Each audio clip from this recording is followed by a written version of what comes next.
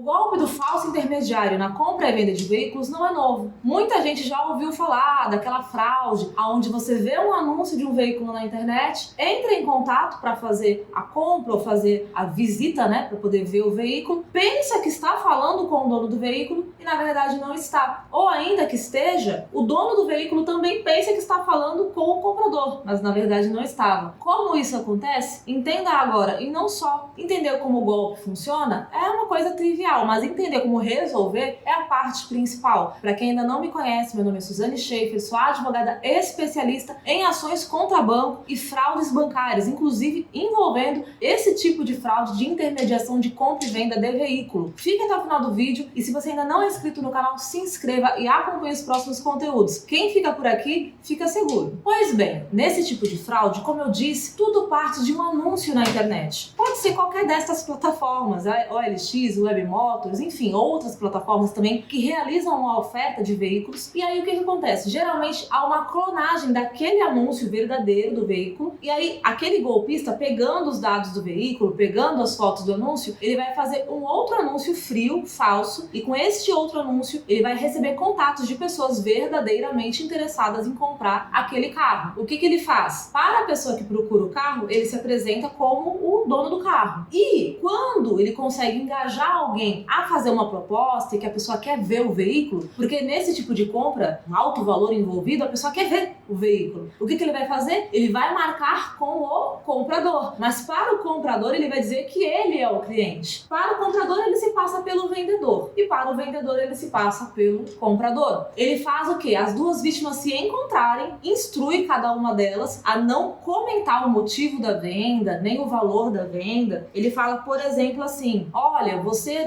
eu quero comprar o seu carro, mas eu não consigo ir ver o veículo hoje. Eu vou mandar minha esposa para ver o veículo. Você não fala para ela o valor não, que eu não comentei com ela ainda, quero conversar com ela depois, mas ela vai ver, ou então meu cunhado vai ver, ou meu amigo vai ver, ou meu mecânico vai ver o carro. E do outro lado, para, o vendedor, ele fala o seguinte: olha, eu sou o dono do carro, mas hoje eu tô trabalhando, eu não consigo te mostrar o carro. Faz o seguinte, eu vou deixar o carro aqui no mecânico, vai lá dar uma olhada no carro, ou então eu vou deixar na casa do meu amigo, vai lá dar uma olhada no carro, mas você não fala nada em relação ao que a gente tá conversando, porque eu não gosto de compartilhar minha vida financeira com as pessoas, só mostro o carro, mas não dá muito detalhe não. Então veja, ao engodo, ao engano, as pessoas se encontram, se elas não se comunicam com mais detalhes, vai sim passar batido, um vai achar que tá falando com um amigo, com um parente, com um procurador, enfim, e no final, a pessoa que veio, para a visita e viu o veículo, ela pode ficar convencida da compra e acabar então retornando o contato para aquele golpista que ela pensa que é o dono do carro e fazendo um pagamento. E aí que entra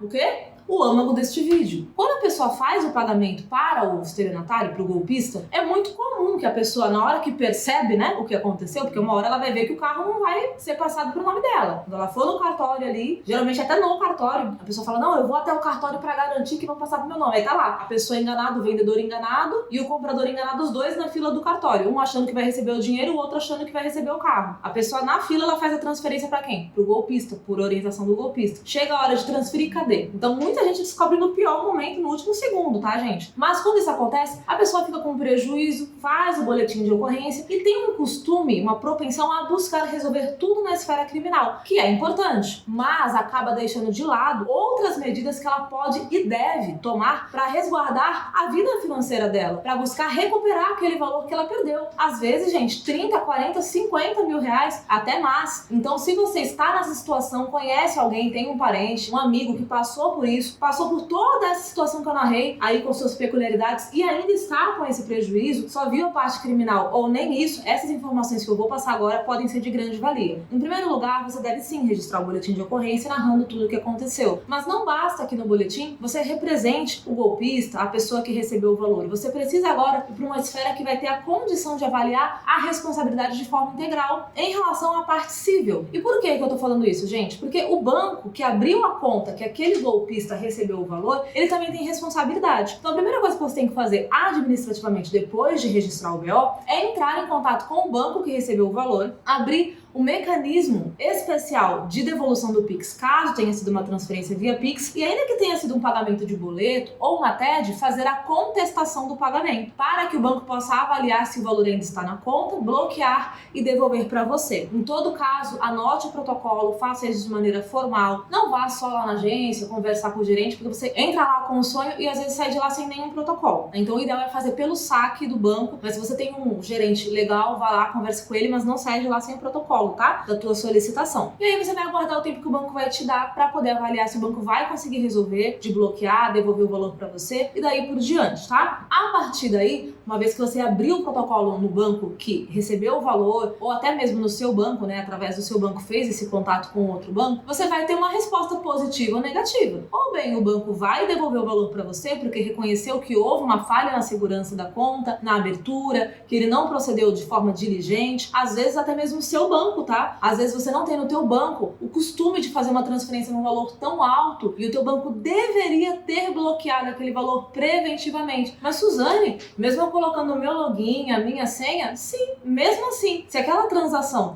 ela tá fora do teu perfil de consumidor, fora do padrão, o banco tem o dever de fazer uma verificação mais aprofundada. Veja, tanto o teu banco quanto o banco que abriu a conta que recebeu o dinheiro da fraude podem ser responsabilizados administrativamente. Mas e se o banco responder que não vai resolver? E se os dois bancos disserem que não tem responsabilidade, que não conseguiram bloquear nenhum valor, que realmente é isso mesmo, que eu coloquei a minha senha? Como é que fica, Suzane? Aí que você vai então para uma outra esfera. Você vai ter que procurar um advogado especialista em direito bancário, experiente nesse tipo de caso, e aí você vai entregar o teu caso para que ele possa tomar as outras medidas judiciais. Nessas medidas, o que vai ser solicitado? A responsabilização dos responsáveis pela fraude e não só, também especialmente a responsabilização dos bancos que eventualmente tenham falhado no dever de segurança. E somente o advogado vai ter a capacidade técnica de apontar pormenorizadamente no processo aonde o banco errou. Porque não basta você chegar, entrar com o processo e falar, olha, quero meu dinheiro de volta porque o banco permitiu a fraude. Você tem que explicar tecnicamente. E aí que entra as diferenças de você ter um advogado que é experiente, especialista, de não ter. O advogado que não é da área, ele não vai conseguir apontar isso de maneira eficaz. E aí o teu processo vai ser um processo fadado ao fracasso. Mas se você tem um advogado experiente, ele vai ter bagagem e conhecimento para te ajudar da forma correta. E, gente, o banco falha e falha muito.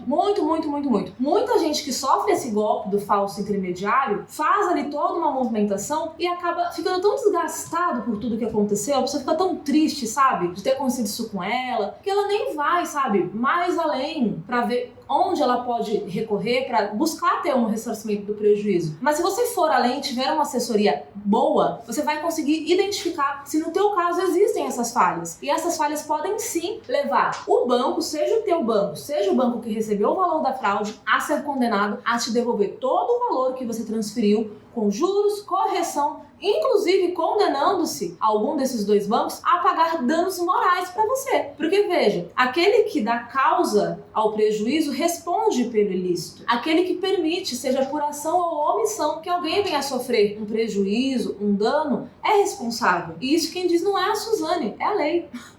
É, Código Civil, Código de Defesa do Consumidor e daí por diante, gente. Então, quem conhece o seu direito tem condição de ir atrás. E esse é meu papel aqui. Então, agora, para não ficar só nas minhas palavras, eu vou compartilhar com vocês uma decisão recente, onde houve a condenação do banco que abriu a conta que recebeu o valor da fraude. Em um desses casos de falsa compra de veículo, a pessoa acabou fazendo um pagamento para um banco, pensando que estava pagando ali para o dono do veículo, pagou para um golpista, o golpista sumiu no mundo e aí o cliente não foi atrás dos seus direitos para poder então avaliar a responsabilidade do banco. Resultado, o banco tinha sim falhado na prestação de serviço, por quê? Não fez qualquer verificação fidedigna da identidade da pessoa que abriu a conta, não conseguiu comprovar nada disso no processo, o que é bem comum, tá, gente? Hoje em dia, inclusive com a abertura de contas digitais, há às vezes muita facilidade, uma facilidade excessiva para a abertura da conta corrente. E o banco, na hora que é instado pelo judiciário a comprovar como fez a validação da identidade de quem abriu a conta, falha porque não tem um mínimo para apresentar, gente. E isso é muito verdade mesmo, tá? Então eu vou mostrar para vocês aqui, primeiro eu vou mostrar a parte que fala a respeito da fraude. Daqui, ó, o autor, pessoa idosa, alega ter sido vítima de golpe de estelionato na compra de um veículo anunciado na plataforma digital. Narra que após tratativas, efetuou um pagamento de uma TED, vê que aqui não foi nem Pix, hein? foi TED, de R$ 29.300, junto à primeira ré, no caso o banco, de titularidade da segunda ré. Aduz que após o depósito, a transferência do veículo foi negada pelo real proprietário. Então veja, é aquela cena que eu mostrei a vocês. Ele fez o pagamento e aí, então, falou, agora então transfere o carro pro meu nome. Mas o real proprietário não estava nem sabendo de nada disso. E aí revelou-se o engodo. Sustenta a falha na prestação de serviços da instituição de pagamento, ou seja, do banco que recebeu o valor, por permitir a abertura de conta fraudulenta, por não atuar tempestivamente no bloqueio dos valores. Requer a condenação solidária dos réus ao ressarcimento do dano material e ao pagamento de indenização por danos morais. E aí nós temos aqui, então, gente, um cliente que sofreu essa fraude, mas não se conformou com o prejuízo. Falou, eu não vou ficar no prejuízo, eu vou buscar um advogado, eu vou buscar um especialista, alguém que possa me ajudar. Por quê? Quem pratica esse tipo de golpe é especialista em golpe. Se você tem ali um caso de um especialista em golpe, você tem que ter no mínimo um especialista anti-golpe, né? Combater fogo com fogo. E aí veio a sentença do juiz, que disse o seguinte em relação à responsabilidade do banco que abriu a conta do golpista. Ao se manter inerte e permitir a preclusão da prova, a ré deixou de comprovar que adotou os protocolos de segurança exigidos pelas resoluções do Banco Central, Bacen. A facilidade com que a conta foi aberta e a rapidez com que o montante expressivo foi pulverizado denotam falha no sistema de monitoramento da fraude. Trata-se de fortuito interno, o qual não exime o fornecedor do dever de indenizar. O dano material está comprovado pelo desembolso de R$ 29.300 e o dano moral também se faz presente. E aí aqui colocou, julgo procedente os valores, né, para devolução dos danos materiais de 29 mil e ainda condenou o banco a pagar R$ 10.000 de indenização por danos morais. Veja, quando o juiz diz que o caso se trata de um fortuito interno, pessoal, ele está dizendo que o que aconteceu não é algo que o banco não poderia ter evitado. Estava dentro da esfera de atuação do banco diligenciar melhor para a abertura de conta com segurança, não permitir que pessoas com histórico duvidoso abrissem a conta, não permitir uma movimentação completamente sem lastro. De onde que veio esse dinheiro? Por que foi transferido tão rápido? Então, o banco deveria ter tido um mecanismo de segurança e não só um mecanismo de legitimidade para garantir que a pessoa que abriu a conta realmente era aquela pessoa e também que ela tinha condições de movimentar aqueles valores na conta e não permitir uma lavagem de dinheiro descarada, pessoal. Diante disso, a gente tem aqui um exemplo prático de tantos outros que podemos mostrar, de tantos outros que você,